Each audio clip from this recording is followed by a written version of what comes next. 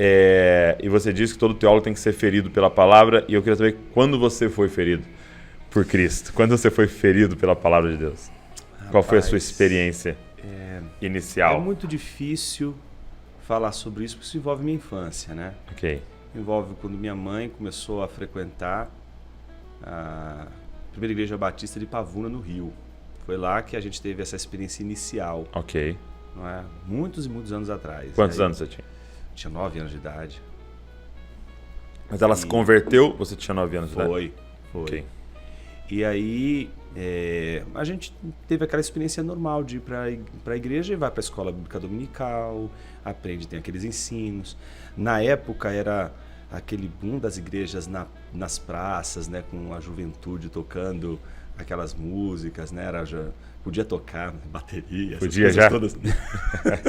Mas lá na praça. Na praça. Manda eles pra praça. E minha mãe ia e levava a gente ficava ouvindo as músicas, ia domingo à igreja. Então eu me lembro dessa experiência de aprender as escrituras ali. Mas se eu pudesse te dizer com mais clareza sobre a ferida, eu acho que veio ali pelos meus 15, 16 anos, quando meu pai começou a me dar alguns livros de presente, O Peregrino, do John Bunyan, por exemplo. Esse foi um livro que me marcou muito. E quando eu entrei no seminário, ali para mim foi o grande impacto, né? Foi quando um pastor que já não está mais entre nós, está com Deus, reverendo Osmi Linhares. E ele... eram aulas de teologia sistemática, cara. Aulas complexas. Uhum. Mas ele era um homem muito piedoso e que tinha um conhecimento exegético invejável. Então ele não fazia teologia sistemática sem expor o texto bíblico. Ok. E então, depois de apresentar vários conceitos, ele sempre pegava um texto bíblico e expunha o Pregava. texto. Rapaz, e ele tinha um jeitinho peculiar dele. Ele fechava o olho assim, cara, e aí não via mais nada, só via de olho fechado e aquela rajada. Eu olhava para aquilo e falei, Senhor, eu quero isso aí, eu quero fazer isso, eu quero viver isso. Eu não quero só sentir o que eu estou sentindo, eu quero que outras pessoas também sejam afetadas por isso, porque isso aqui me emociona. Não é só algo que eu entendo, é algo que eu tenho vontade de chorar, eu tenho vontade de cair de joelho aqui, isso aqui me desconcerta, isso aqui me faz ter amor por Deus, isso aqui me aproxima dele. Então ali essa experiência do seminário, o seminário que eu fiz me deu experiências maravilhosas, como por exemplo pregar. A gente sempre tinha um trabalho que era feito, sempre tem, né? Seja no orfanato, seja na FEBEM, como quando tinha esses movimentos. E eu lembro do leprosário, que para mim foi uma das experiências. Cara, eu não me lembro. Fica em São Paulo. E a gente viajava para ir para o leprosário. E não era muito longe não, porque a gente fazia isso no mesmo dia, ia e voltava. Que é uma cidade bem pequenininha ali, e que é o lugar onde ficam eles. E tem os galpões onde você não pode realmente, porque ali o nível de contágio e situação é bem mais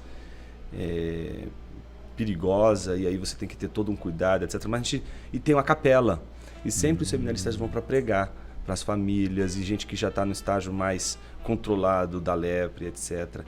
E pregar para esse povo, pregar para pessoas em situação de vulnerabilidade, pregar em diversos contextos, nesse momento em que a gente está sendo formado, né? 16, 17 anos. O que um menino de 17 anos vai dizer para uma situação dessa, para um velhinho que está leproso?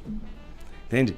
Então, toda essa experiência que faz você se perguntar o tempo todo, não é, que poder é esse quando você prega, que transforma você e quem está te ouvindo, que controla você e que controla quem está te ouvindo. Isso eu acho que é uma das experiências mais extraordinárias, que eu não consigo ver outra. E quando eu penso nessa ferida do Agostinho, me vem sempre a palavra, porque é quando a gente lê que aquilo afeta e você está ali, Senhor, que coisa maravilhosa, eu preciso falar disso. Sim. Então essa ferida, quando eu li Agostinho dizer, na minha consciência não duvida, antes tenha certeza de que vos amo, feriste-me o coração com a palavra, desde então te amei. Eu falo, Senhor, eu não te amei simplesmente do nada. Essa palavra eu ouvi. Eu achei o mundo muito belo, mas ele não me disse quem eu era. A flor mais bela deste mundo não vai, né, se dirigir a você, Douglas, com a voz do Darth Vader dizendo: você é um pecador, precisa de Jesus. E não vai te dizer quem é Jesus. É o que Agostinho diz nesse livro, nas Confissões, né? Ele diz: perguntei às árvores, perguntei às flores e às aves do céu, quem vos criou? E eles a uma só voz me disseram: procura-o acima de nós. A natureza nunca vai dizer nem quem Deus é, nem quem você é. Mas a palavra, ela diz quem é o Deus que criou todas as coisas e também quem é você. Então, por isso eu entendo que a natureza, ela é suficiente para me deixar boquiaberto diante da beleza. Sim. Ela é suficiente para me fazer aplaudir a beleza. Mas ela não me põe de joelhos como a Bíblia me põe. Ela não me dá um espelho que seja tão nítido para revelar a maldade do meu coração como são os olhos de Deus. A palavra de Deus é o olhar de Deus para o homem. Sabe, quando eu tenho um poema do Oscar Wilde, que se chama O Discípulo. E o poema é uma conversa que ele cria do rio com as flores, porque Narciso foi embora. Narciso é aquela figura da mitologia que era tão apaixonado por si mesmo que quando debruçava sobre as margens do rio, queria não ver o rio, queria ver a si mesmo projetado no rio. E um dia Narciso foi embora. E o rio chorou a partida de Narciso. E o poema corre dizendo assim: então as árvores, as flores perguntaram para o rio: ó rio, por que choras a partida de Narciso? Então o rio suspira e diz: eu choro a partida de Narciso porque eu amava. Então uma das flores diz ao rio: mas você não sabe que todas as vezes que ele debruçava sobre as suas margens, a última coisa que ele queria ver era você. Ele nunca te amou, ele sempre amou a si mesmo. O rio suspira pela segunda vez e diz: eu choro a sua partida porque eu amava e porque todas as vezes que ele se dobrava sobre as margens do rio, era só naquela hora do dia que eu via as minhas margens nos olhos de Narciso. Uau. Ou seja, o rio também era narcisista. O rio também estava Ele querendo também se achou um ver espelho nos olhos de Narciso. E eu acho que boa parte da nossa relação com a palavra é desta natureza. Quando o salmista diz, para lembrar Agostinho mais uma vez, quando ele interpreta Salmo 139, né? Sonda o meu coração. É aquele olhar profundo. Por que o salmista está pedindo para Deus olhar para o coração dele? Será que não tem uma coisa mais divertida para Deus olhar do que meu próprio coração? Será que meu coração merece um olhar tão profundo Quando assim? eu leio isso, eu sempre falo: que coragem Que coragem! pedir isso. Olha, tem coisa mais interessante nessa vida. Mas é porque esse sondar de Deus é o espelho da nossa alma. É no momento em que Deus olha para o nosso coração, é o único momento da nossa história em que nós podemos saber quem nós realmente somos. Porque é nos olhos dele que vamos ver aquilo que nenhum olho nesse mundo vai nos mostrar. Por isso que a palavra de Deus é esse olho. A palavra de Deus é o olho que a gente precisa para saber quem a gente é. Sim. Eu não confio nos olhos da minha esposa. Não confio nos olhos dos meus filhos. Não confio nos olhos dos meus amigos. Não confio nos olhos dos meus melhores amigos.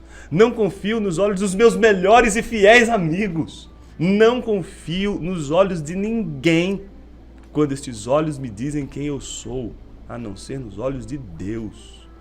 Porque Deus vê o que minha esposa não vê, o que os meus filhos não veem, o que os meus amigos não veem e os meus melhores amigos não enxergam. Ele me revela quem eu realmente sou e eu não quero saber. E eu tento fugir. Eu quero ter a minha imagem. Eu quero ver como eu quero, mas não como ele quer. E aí eu acho que o grande desafio que a palavra nos põe é isso. Ela não vai dizer para você quem você quer ver. Ela vai dizer quem você é. Por isso que ela fere. Ela fere.